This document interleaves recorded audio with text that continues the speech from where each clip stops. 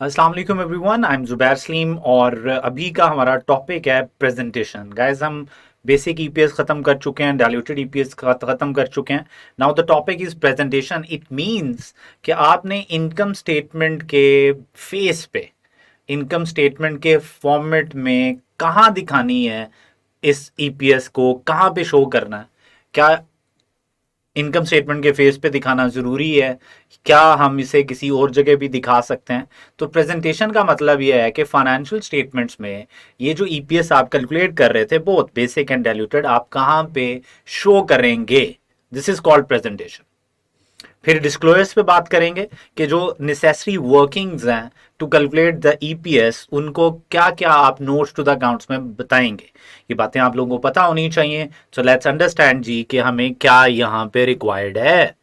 तो sir, presentation वो कह रहे हैं जी कि एंटिटी को statement of profit and loss में दिखाना चाहिए basic EPS and diluted EPS. Profit and loss पे के फेस पे दिखाना आपने, तो जहां पे आप लोगों का प्रॉफिट एंड लॉस मतलब सेल्स सबसे पहले, फिर cost of sale, GP, admin expenses, distribution expenses minus करते हैं, आपके पास profit before interest and tax आ जाता है, जिसे ऑपरेटिंग प्रॉफिट भी कहते हैं। फिर टैक्स माइनस करते हैं, इंटरेस्ट माइनस करते हैं, प्रॉफिट बिफोर टैक्स आ जाता है, फिर टैक्स माइनस करते हैं, प्रॉफिट आफ्टर टैक्स आ जाता है। ये जो प्रॉफिट आफ्टर टैक्स आता है, जिसे हम नेट प्रॉफिट भी अक्सर बोल देते हैं, इसके नीचे आप लोगों ने दोनों की दोनों बेसिक और डाइल्यूटेड ईपीएस शो करनी है। दोनों, अगर दोनों सेम हो, दोनों सेम कब होंगे? जब क्वेश्चन में कोई पोटेंशियल ऑर्डिनरी शेयर नहीं होगा, और अगर होगा तो वो एंटी डाइल्यूटिव हो। एंटी डाइल्यूटिव का मतलब है कि आपकी ईपीएस डाइल्यूट ही नहीं हो रही, तो फिर बेसिक ईपीएस डाइल्यूटेड ईपीएस के इक्वल होगी।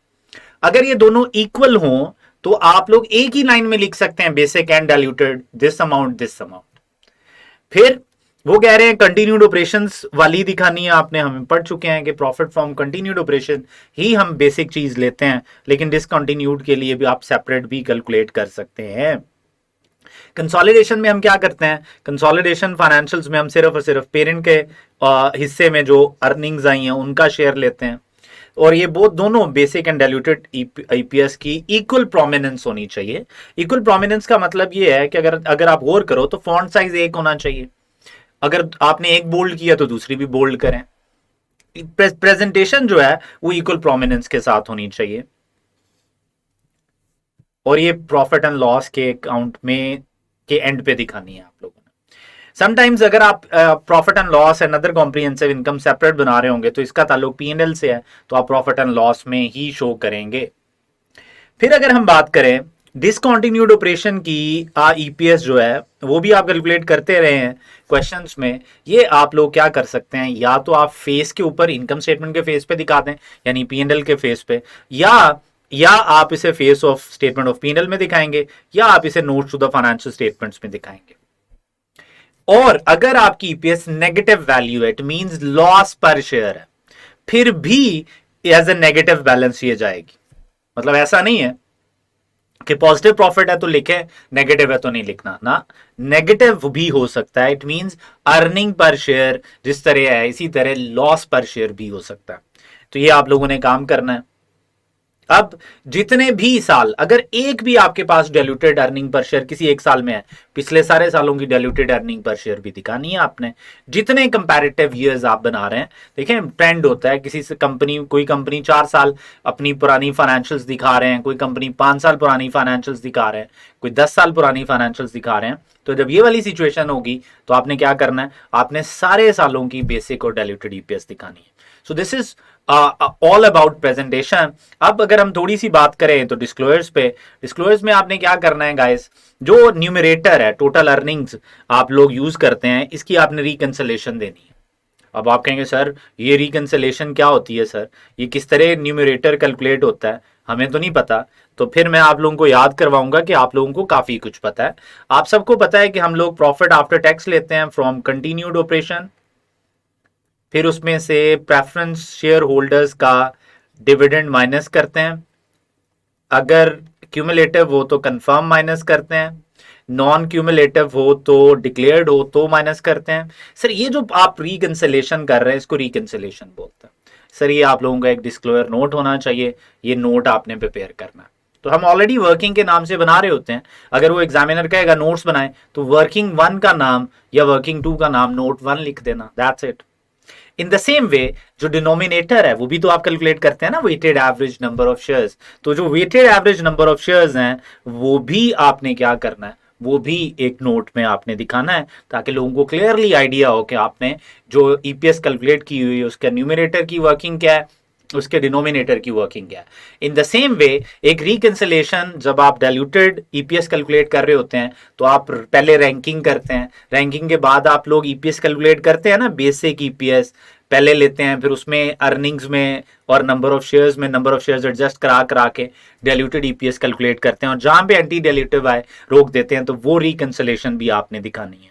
सो this is how we need to present notes to the accounts, यानी वो वर्किंग जो ईपीएस की कैलकुलेशन में नेसेसरी हैं वो as a note disclosure notes में प्रेजेंट करेंगे आप। ये बातें आप लोगों को ऑल द टाइम पता होनी चाहिए। Then additional measures of EPS क्या है? एडिशनल मेजर्स ऑफ ईपीएस ये है कि स्टैंडर्ड कहता है कि अगर किसी बंदे को लगता है कि सर हमें operating profit divided by number of shares करके देख लेना चाहिए, तो हम इसको कहते हैं एडिशनल मेजर ऑफ ईपीएस है। देखिए बेसिक ईपीएस में आपने यही अर्निंग्स लेनी है, लेकिन अगर कोई चाहता है कि operating earnings profit before interest and tax divided by weighted average number of shares करें, तो वो ये काम कर सकता है। तो वो ये क्या कर सकता है, उसे चाहिए कि वो ये कैलकुलेट करे और उसके साथ उसकी कैलकुलेशंस की सारी डिटेल्स भी नोट्स टू द अकाउंट्स में दे।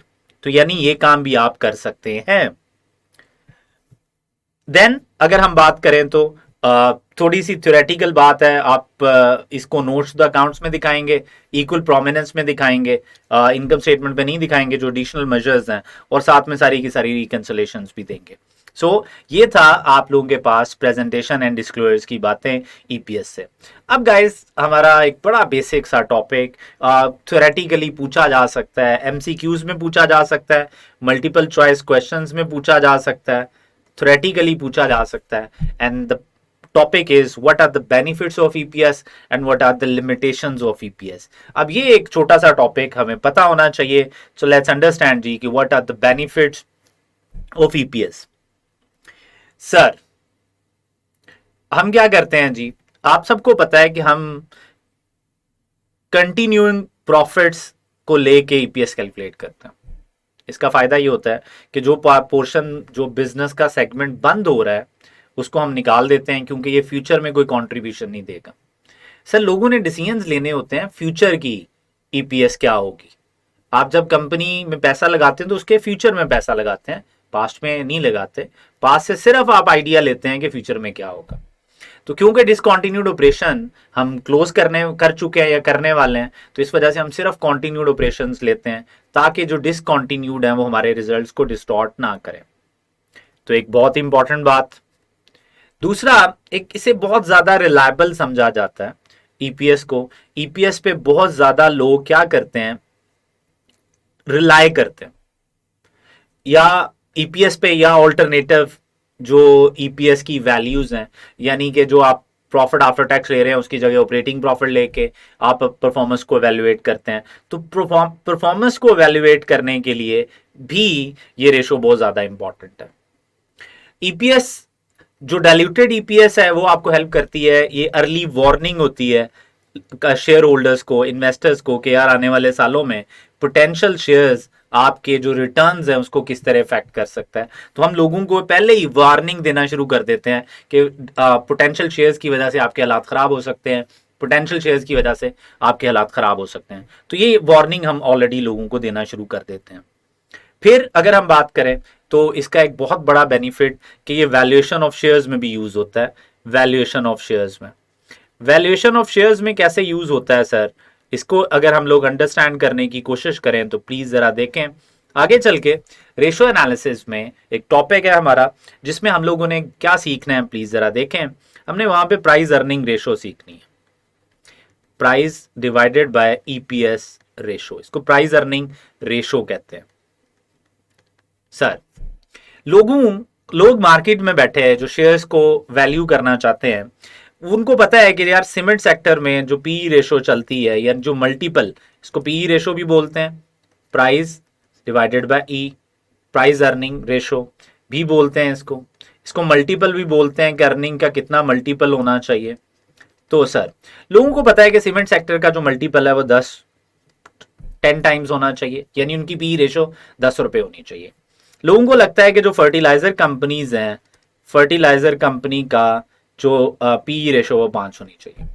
अब अगर एक सीमेंट कंपनी 2 रुपए कमा लेती है, 2 रुपए कमा लेती है, तो आप बहुत इजीली उस कंपनी की शेयर प्राइस निकाल सकते हैं, वैल्यू कर सकते हैं कि ये शेयर कितने का होना चाहिए। अज्यूमिंग एक सीमेंट कंपनी ने 2 रुपए कमाए सर, अब क्योंकि जो आंसर है पी रेशो का वो 10 रुपए है, तो 10 रुपए is equal to P price of share divided by EPS 2। अब अगर आप इसको रीअरेंज करेंगे तो प्राइस आपके पास कितनी आ जाएगी, प्राइस आ जाएगी 20 रुपीज। ये ले। और अगर एक कंपनी को 30 रुपए कमा रही है तो मल्टीपल कितना है, 10 इंटू 3 करेंगे तो इसकी प्राइस 30 के करीब करीब होनी चाहिए। इसी तरह अगर आप लोग ईपीएस, फर्टिलाइजर कंपनी में कोई कंपनी ईपीएस कमा रही है 2 रुपए, तो मल्टीपल 5 रुपए का है, तो ये रेशो जब ये फॉर्मूला सॉल्व करेंगे price divided by earnings is equal to 5 यहाँ पे आना चाहिए। तो 5 इंटू 2 ये लोग कहते हैं इसकी शेयर प्राइस 10 रुपए होनी चाहिए। तो पी रेशो के थ्रू ये हेल्प करता है ईपीएस कि हम वैल्यूएशन ऑफ शेयर्स कर लें। तो इस तरह की बेनिफिट्स हैं, परफॉर्मेंस को वैल्यूएट करने में हेल्प करता है। अर्निंग वार्निंग दे देते हैं हम through diluted earning per share लोगों को कि किस तरह उनकी ईपीएस इफेक्ट हो सकती है, उनके रिटर्न्स इफेक्ट हो सकते हैं बाय पोटेंशियल शेयर्स। हम लोगों को ऑल्टरनेटिव ईपीएस के मेजर्स दे के लोगों को ये समझा देते हैं कि फर्दर आपकी परफॉर्मेंस, कंपनी की परफॉर्मेंस कैसी जा रही है। तो ये कुछ बेनिफिट्स हैं, but there are certain limitations as well. अब लिमिटेशंस क्या हैं गाइस, ये अब जरा बात को समझना पड़ेगा। सो द पहला जो पॉइंट है वो है कि आप, एक बिजनेस है वो कॉस्ट मॉडल फॉलो कर रहा है, उसकी अकाउंटिंग मॉडल है कॉस्ट मॉडल। दूसरी कंपनी है जो रिवैल्यूएशन मॉडल फॉलो कर रही है। अब 2 कंपनीज हैं। अब मुझे सिर्फ ये बता दें, अगर हर चीज सेम हो, एक्चुअल सेल जो की है सेम है, एक्चुअल एसेट जो यूज हो रहे हैं वो सेम है, एक्चुअल शेयर सेम है, अगर हर चीज सेम भी हो तो मुझे बताएं इनके रिजल्ट सेम आएंगे या डिफरेंट। सर आंसर है डिफरेंट आएंगे। रिवैल्यूएशन मॉडल में डेप्रिसिएशन हो रहा है, कॉस्ट मॉडल में डेप्रिसिएशन हो रहा है। तो जब दोनों के प्रॉफिट्स डिफरेंट आएंगे तो कंपनी ए जो कॉस्ट मॉडल फॉलो कर रही है, कंपनी बी जो रिवैल्यूएशन मॉडल फॉलो कर रही है, इन दोनों के प्रॉफिट्स जब डिफरेंट हैं, हालांकि ये कंपनीज हर तरह से एक जैसी हैं, सिर्फ और सिर्फ सेम अकाउंटिंग पॉलिसीज यूज नहीं कर रही, डिफरेंट अकाउंटिंग पॉलिसी यूज कर रही हैं, उनके प्रॉफिट्स डिफरेंट हैं और उनकी ईपीएस भी डिफरेंट है। इसका मतलब है आप 2 कंपनीज की ईपीएस को कंपेयर नहीं कर सकते आपस में। अगर मैंने ये जानना है कि किस कंपनी की ईपीएस बेहतर है, मुझे किस कंपनी की परफॉर्मेंस को बेहतर कहना है, तो सर आप 2 कंपनीज को कंपेयर ही नहीं कर सकते, क्योंकि अकाउंटिंग पॉलिसीज की चॉइस की वजह से दोनों के रिजल्ट्स ही फर्क है। और एग्जाम्पल क्या है जी अकाउंटिंग पॉलिसीज की चॉइस की, आपको पता है S2 आपको अलाउ करता है कि you can follow FIFO, first in first out, and you can follow एफको एज वेल। अब अगर आप FIFO और एफको में, एक कंपनी एफको फॉलो कर रही है, एक FIFO, दोनों के प्रॉफिट्स डिफरेंट होंगे। सो choice of different accounting policies जो डिफरेंट स्टैंडर्ड्स हमें अलाउ करते हैं, उनकी वजह से 2 कंपनीज की ईपीएस आपस में कंपेयर नहीं की जा सकती। आप नहीं कंपेयर कर सकते दोनों कंपनीज की ईपीएस को। तो पहला पॉइंट ये इंपॉर्टेंट हो गया। दूसरा पॉइंट क्या है जी, दूसरा पॉइंट ये है कि इन्फ्लेशन के इफेक्ट को अकाउंट फॉर नहीं करती अर्निंग पर शेयर। सर क्या मतलब सर, जिस तरह पाकिस्तान में इन्फ्लेशन के हालात हैं या वैसे दुनिया में इन्फ्लेशन होती है, तो अगर किसी कंट्री में 10% इन्फ्लेशन है तो प्रॉफिट, सेलिंग प्राइस तो वैसे ही आपने बढ़ा दी होगी 10%, तो जो प्रॉफिट्स में इंक्रीज आ रहा होगा 5 to 6%, 10% due to inflation, sir हम ये क्लियर ही नहीं कर पाएंगे। ईपीएस आ रही है पिछले साल 2 रुपए, इस दफा 2.2 आई है, तो ये हमें लग तो रहा है कि 2.2 से ईपीएस हमारी बढ़ गई है, लेकिन एक्चुअली हो सकता है ये तो सिर्फ इन्फ्लेशन का इफेक्ट हो। तो इसका मतलब ये है कि ईपीएस इन्फ्लेशन को अकाउंट फॉर नहीं करती। हो सकता है जो आपको अपेरेंटली लग रहा हो कि हमने ज्यादा कमाया, ये सारा का सारा इन्फ्लेशन में निकल जाए, सारा का सारा एक्चुअली रियल ग्रोथ हो ही ना। रियल ग्रोथ मतलब वाकई में आपने कमाया है, इन्फ्लेशन से एक्स्ट्रा कमाया। क्या मतलब सर, क्या बातें कर रहे हैं आप? सर बड़ी सिंपल बात करने वाला हूं मैं। और सिंपल बात क्या है सर, अगर मैं आप लोगों को कहूं कि मैंने मेरी सैलरी 10% से इंक्रीज की लेकिन कंट्री में इन्फ्लेशन 15% है, तो एक्चुअली मैं गरीब हुआ हूं। तो मैं लोगों को बताऊं कि 10% से सैलरी बढ़ गई है, लोगों को लगेगा कि सर अमीर हुए हैं, बट द रियलिटी इज मैं अमीर नहीं हुआ, मैं तो गरीब हुआ हूं। सो अपेरेंट जो ग्रोथ नजर आ रही है ईपीएस में, इन द सेम वे जो ईपीएस में जिस तरह मेरी सैलरी इंक्रीज हुई है, अपेरेंटली हुई है, लेकिन एक्चुअली मैं गरीब हुआ हूं, इन द सेम वे अगर आपकी ईपीएस में ग्रोथ नजर आ रही है तो जरूरी तो नहीं है कि ये रियल ग्रोथ हो। सो इन्फ्लेशन को काउंट फॉर नहीं करता है। इन्फ्लेशन को काउंट फॉर ना करना भी एक ईपीएस का क्या है, ड्रॉबैक है। हो सकता है रियल ग्रोथ को शो ना कर रहा हो। Okay sir. फिर कंपनी की जब परफॉर्मेंस इवैल्यूएट करते हैं तो सिर्फ और सिर्फ प्रॉफिट्स की बेसिस पे नहीं करते। आप तो सिर्फ प्रॉफिट्स, ईपीएस पे फोकस करने का मतलब क्या है? आप कह रहे हैं जी profit divided by number of shares, अगर ईपीएस बढ़ गई है तो इसका मतलब कंपनी बड़ी अच्छी है। सर ना ना ना, आपने जो परफॉर्मेंस इवैल्यूएट करनी होती है वो दूसरे फैक्टर्स पे भी करनी होती है। दूसरे फैक्टर्स कौन से फैक्टर्स हैं सर? आपके जो गेन्स, अगर आप कॉस्ट मॉडल में हैं तो जो गेन्स आपके आए हैं लेकिन लिखे नहीं गए, वो भी इंपॉर्टेंट। और वो अगर कोई लिखा भी है तो वो ओसीएम में गेन लिखा हुआ है, वो भी तो इंपॉर्टेंट है। सर नॉन फाइनेंशियल फैक्टर्स कि कंपनी अपने एम्प्लॉइज का अच्छा ख्याल रख रही है नहीं रख रही, कंपनी इन्वायरमेंट का अच्छा ख्याल रख रही है नहीं रख रही, कंपनी एथिकली अच्छा बिहेव कर रही है नहीं कर रही, ये वाले फैक्टर्स भी तो इंपॉर्टेंट होते हैं। कंपनी कस्टमर का ख्याल रख रही है नहीं रख रही, ये जो नॉन फाइनेंशियल फैक्टर्स होते हैं ये भी इंपॉर्टेंट है। तो ईपीएस जो है वो सिर्फ प्रॉफिटेबिलिटी पे फोकस करता है, सिर्फ प्रॉफिटेबिलिटी इंपॉर्टेंट नहीं होती। कैश फ्लोज बड़े इंपॉर्टेंट है सर आपके लिए। कैश फ्लोज कैसे इंपॉर्टेंट है सर? बिजनेस के सर्वाइवल के लिए तो कैश चाहिए। आप उधार पे बेच के उधार पे बेचते जाएं प्रॉफिट कमाते जाएं, लेकिन कैश के हालात खराब होते जाएंगे तो बिजनेस तो नहीं चल पाएगा आपका। तो बिजनेस चलता रहे इसके लिए आपको क्या करना पड़ेगा? इसके लिए आप लोगों को कैश फ्लोज के को भी देखना पड़ेगा। सो सिर्फ ईपीएस पे फोकस करना एक लिमिटेशन है, क्योंकि ईपीएस का एक स्टैंडर्ड है, आपने भी पढ़ा, तो लोगों को लगता है बहुत इंपॉर्टेंट चीज है, बट इन रियलिटी इंपॉर्टेंट है नो डाउट, लेकिन सिर्फ ईपीएस इंपॉर्टेंट नहीं है, बाकी फैक्टर्स भी देख लेने चाहिए।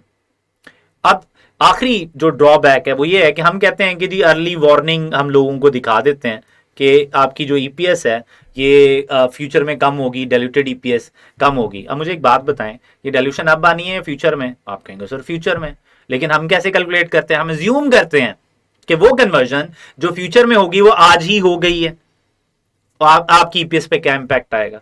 सर आप अगर अर्ली वार्निंग बता रहे हैं कि फ्यूचर में कमी आनी है, तो आपको अर्निंग्स जो यूज करनी चाहिए वो फ्यूचर की करनी चाहिए।